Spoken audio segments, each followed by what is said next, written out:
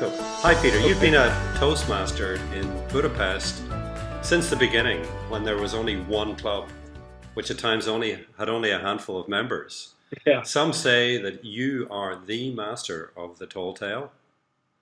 Well, that's very flattering, Henry. Thank you. I wouldn't say I'm necessarily the master. I think it's something anyone can master. It's really just my favorite genre of speaking. I like things that have a little element of mystery and something unique twists. I love short stories that have a twist, so I love the tall tale. Excellent. What exactly is a tall tale, Peter? Well, it hasn't really been traditional in Toastmasters in Hungary, so I think maybe there's some uncertainty. But really, the idea of a tall tale is simply that it's a story where the audience doesn't know where that line between reality and fiction is, and where the narrator walks a fine line and takes the audience between that area of fiction and fantasy and reality. Wow, sounds intriguing.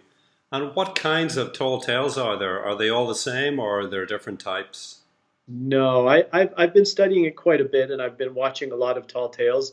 I would categorize it into four areas. One is the legend, so a legend of some history or a place or a person or an event, and that's one category. The other is stories that are pure fantasy. So from the beginning, you know it's a fantasy, but still it has elements of reality. And then the third is the classic tall tale, where it starts out in some real setting or a real story, and then it at some point transitions into fantasy, and maybe it transitions back and forth. I think that's a very good type of tall tale, where the audience really doesn't know what's happening. So this is what creates the excitement for the audience, that they have to figure out, they don't know where this transition happens. Right, right.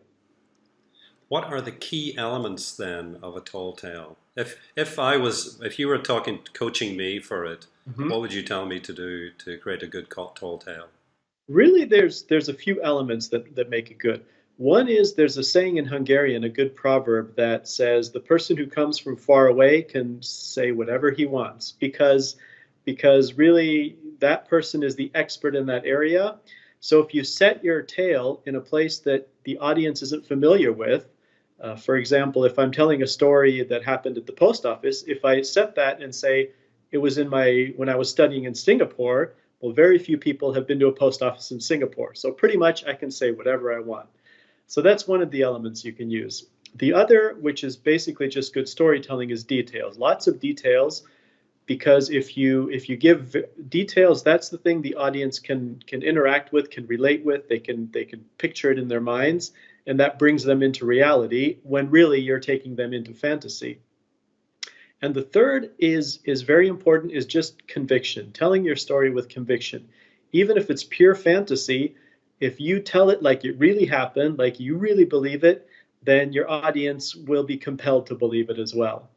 So those are, I think, the elements. And then like I mentioned, the if you can dance back and forth on that razor's edge between fantasy and reality, and maybe give your audience something that is obviously fiction, and then bring them back with an element of reality, kind of like fishing. You throw the reel out, you draw the fish in, you let it run, you draw it in. It's the kind of same game that you play with your audience. Excellent. And where, if I was looking for inspiration for a tall tale, where would I look to get inspiration?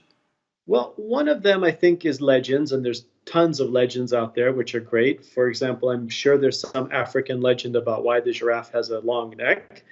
You could make one of why the Hungarian paprika is red. Why not? Who could And come every up with culture something? has legends that you can build on. Exactly. And you can make your own. I think that's fair game. The one thing with the legend, though, typically you tell it in the third person, which makes it a little bit more difficult to tell it with conviction. So that's one of the downsides of a legend. The other is literature. I think if you read literature, Charles Dickens, for example, is full of details, full of stories. Half of it, I'm sure, is not true, but we read it as if it was true. So if you just get an idea from a novel, from an essay, from a short story, put it into your own terms, into your own place, tell it like it's your own story, makes for great tall tale material.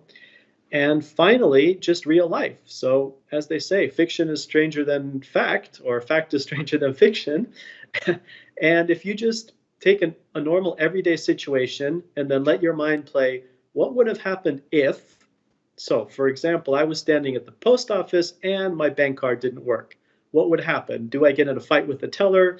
Do I borrow money from somebody? You can come up with all sorts of crazy ideas and just let your imagination run wild. So, real life is probably the best source for tall tales.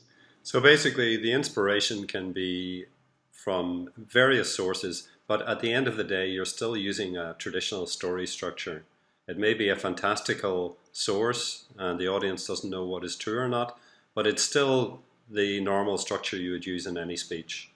Yes, absolutely. And really, it's just good storytelling with details and letting your mind exaggerate. And I think this is something that you can incorporate into any speech, and you can exaggerate the details just to embellish the story. And even if it's not true, well, take your poetic license and be brave and go for it, is what I say. You can put little elements of tall tales into pretty much any speech. Right, because in order to make a point in a training course or a coaching session or whatever, to increase the impact, it is acceptable to introduce elements like maybe of the scenery of description that Hmm. will increase the impact while not changing the basic thrust of the point you're making. Exactly. And this is the first division contest that we've had for Tall Tales in Budapest. Hmm. What is it going to be different, or what would you say to someone who hasn't attended a division contest before? Why should they go? Well, for those of us who have attended, we know it's just absolutely great speeches and very entertaining, a lot of fun. I think the fact that it's going to be a tall tale contest will make it all the more interesting and all the more fun and just great storytelling. So I'm really looking forward to it. I think it would be great if we could pack the room on October 27th and show up, support your club, and maybe get some great ideas for your own tall tales. Fantastic. I'll see you there. I've got my ticket already. Okay, good. Thanks, Henry. Thanks very much, Peter.